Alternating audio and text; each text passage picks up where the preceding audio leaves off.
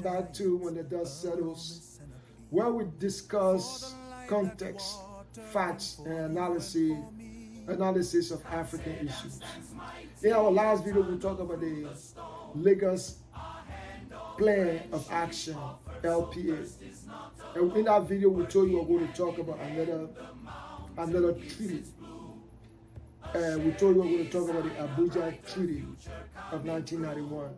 So today we are going to talk about the Abuja Treaty of 1991 and give you a historical background and how it led to some of the institutions that the African Union currently has today. The treaty establishing the African Economic Community, commonly known as the Lagos Treaty, is one of the most important legal and political documents in modern African history. Signed on June 3rd, 1991 in Abuja, Nigeria, by heads of government, heads of state and government of the Organization of African Unity. The treaty provided Africa with the first legally bounding roadmap toward a continental economic integration. It entered into force on May 12, 1994 after receiving the required number of ratifications. The Abuja Treaty transformed the aspirations of the 1980 Lagos Plan of Action, (LPA), as we said in our last video, into binding legal commitments. While the Lagos Plan of Action outlined Africa's economic vision, the Abuja Treaty established the institutions, timelines, and implementation mechanisms needed to realize that vision. Now, let's look at some of the historical background of the Abuja Treaty. After independence in the 1960s, African leaders inherited economies that were designed primarily to export raw materials to Europe, poorly connected to neighboring African countries, dependent on foreign, also former colonial powers, small and fragmented national markets, highly vulnerable to inflations and global commodity prices.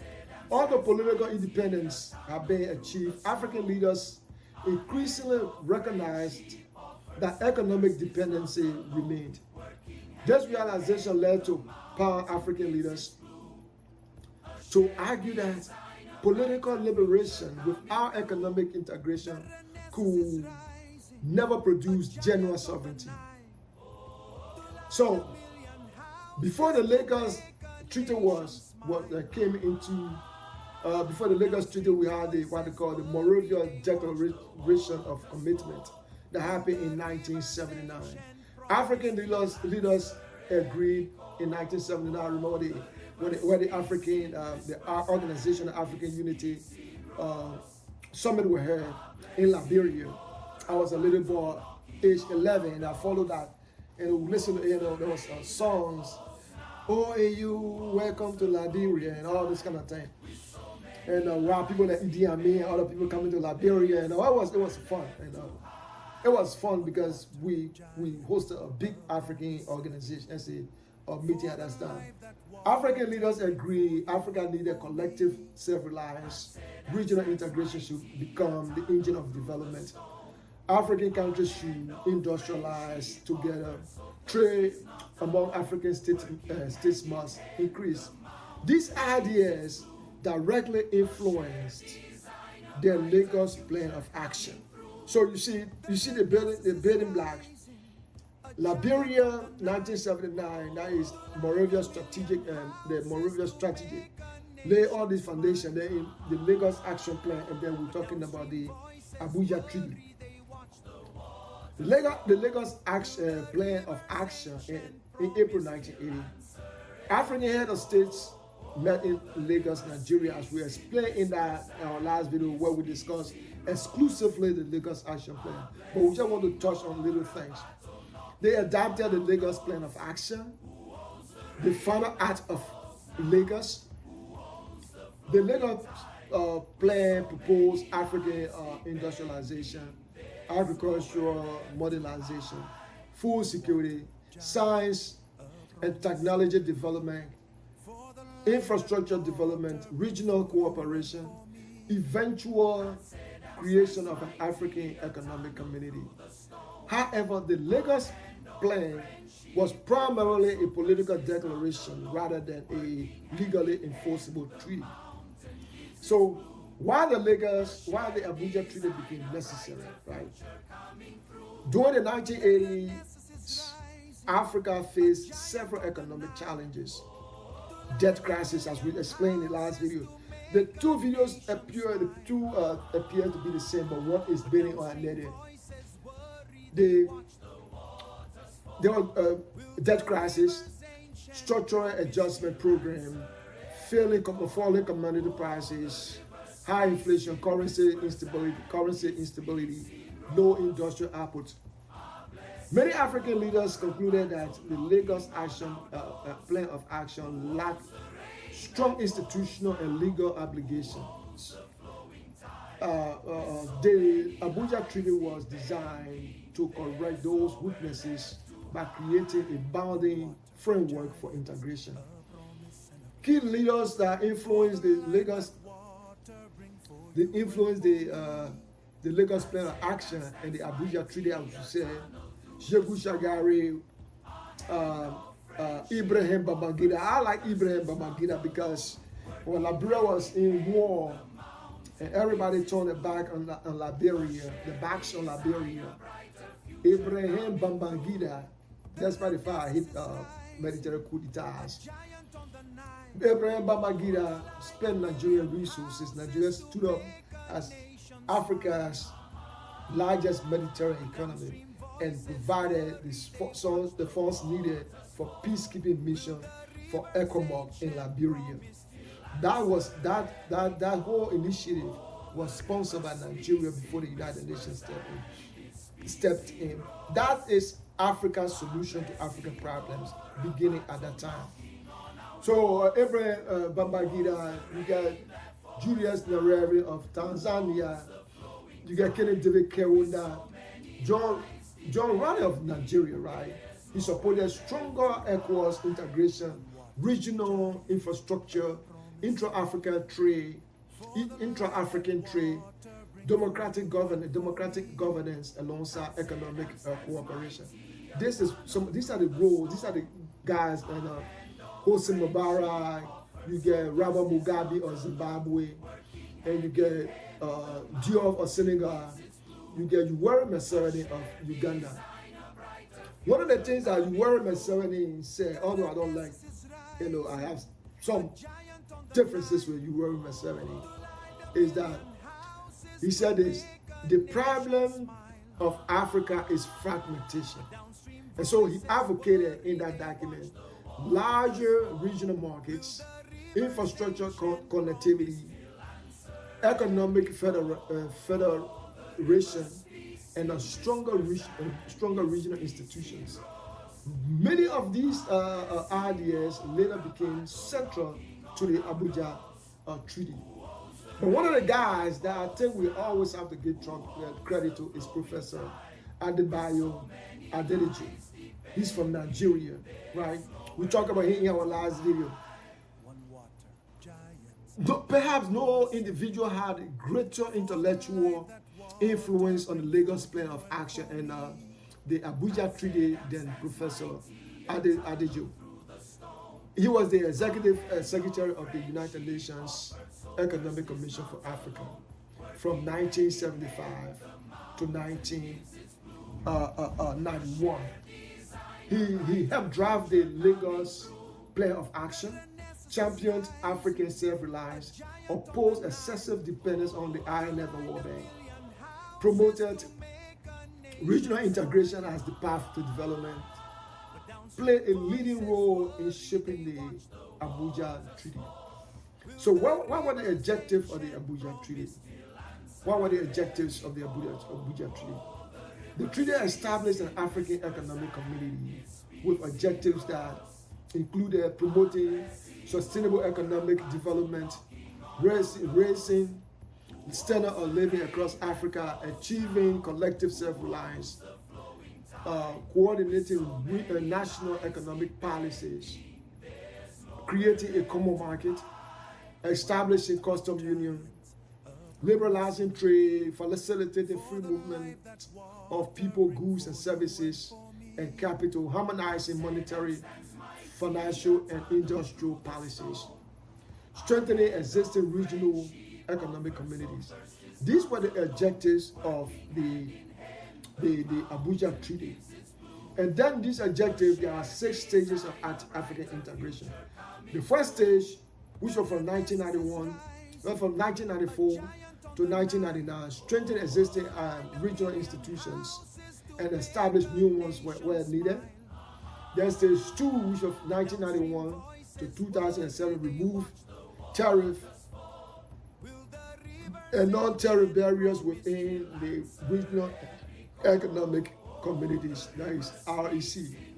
Then the third phase was from 2007 to 2017, establish free trade areas and custom unions in all RECs.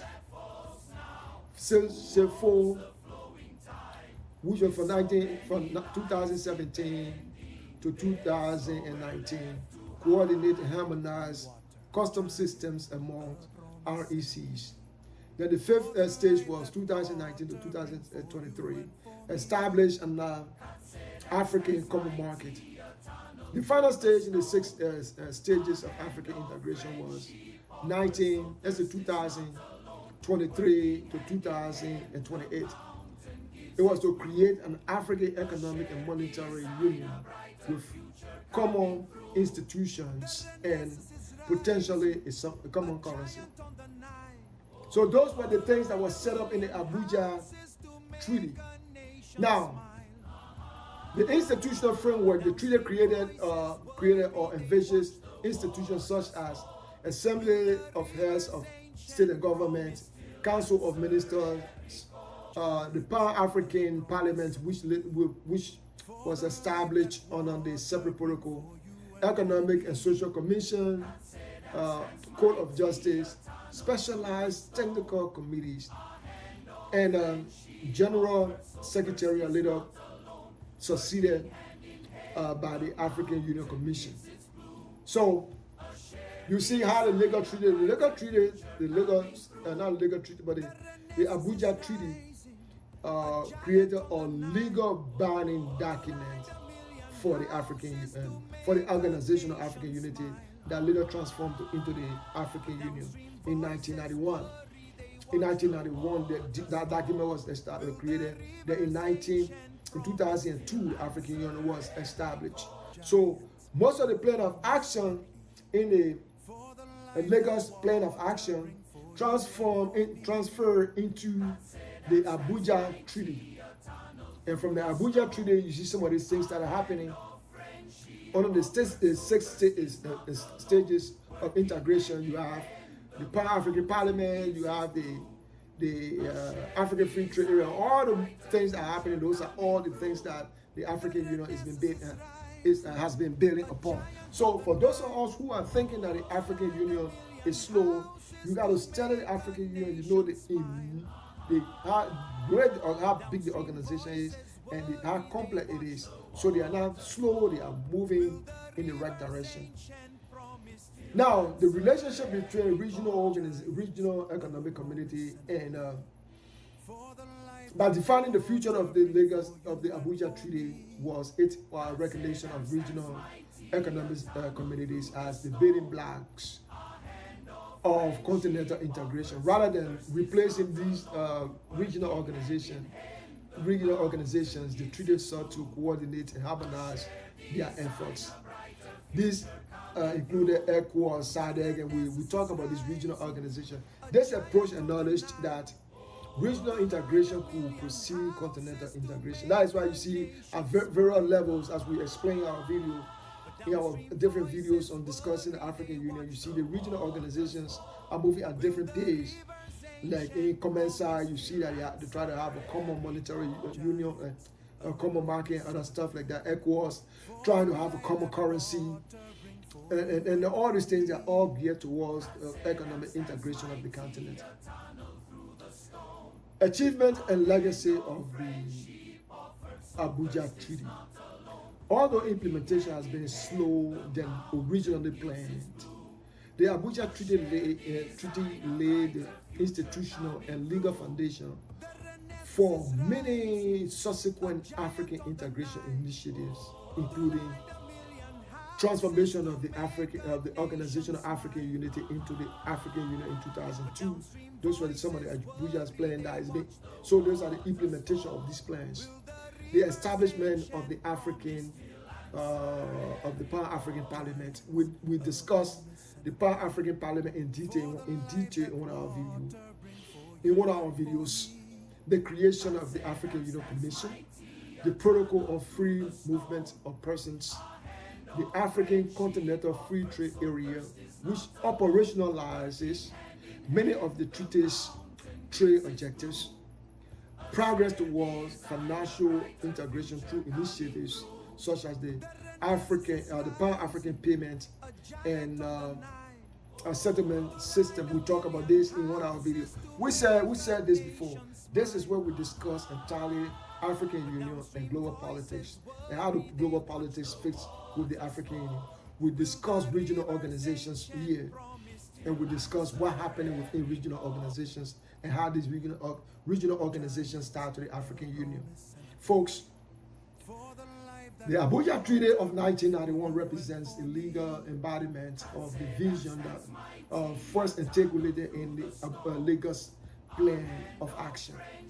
While the Lagos Plan expressed Africa's aspirations for self-reliance and unity, the Abuja Treaty converted that aspiration into structured legally bounded program for creating the African Economic Community through phased regional integration.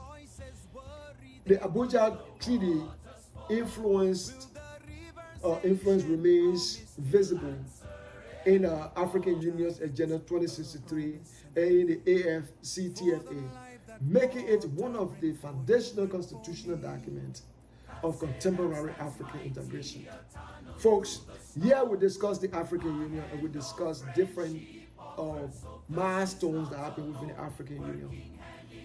This is the dust settled. We discuss context, facts, and analysis about the African Union. What the African Union does, what it's trying to do, what it has already done. So the Abuja Treaty, we discuss this in this video. We also discuss the Lagos Plan of Action in our last video. So please go and watch those videos and see how the progression that Africa is taking towards African integration. Folks, once again, my name is Pico Kangwe. If you enjoy this analysis, please like, share, and subscribe to our channel. Until next time, stay safe. I will see you in the next episode. Bye for now.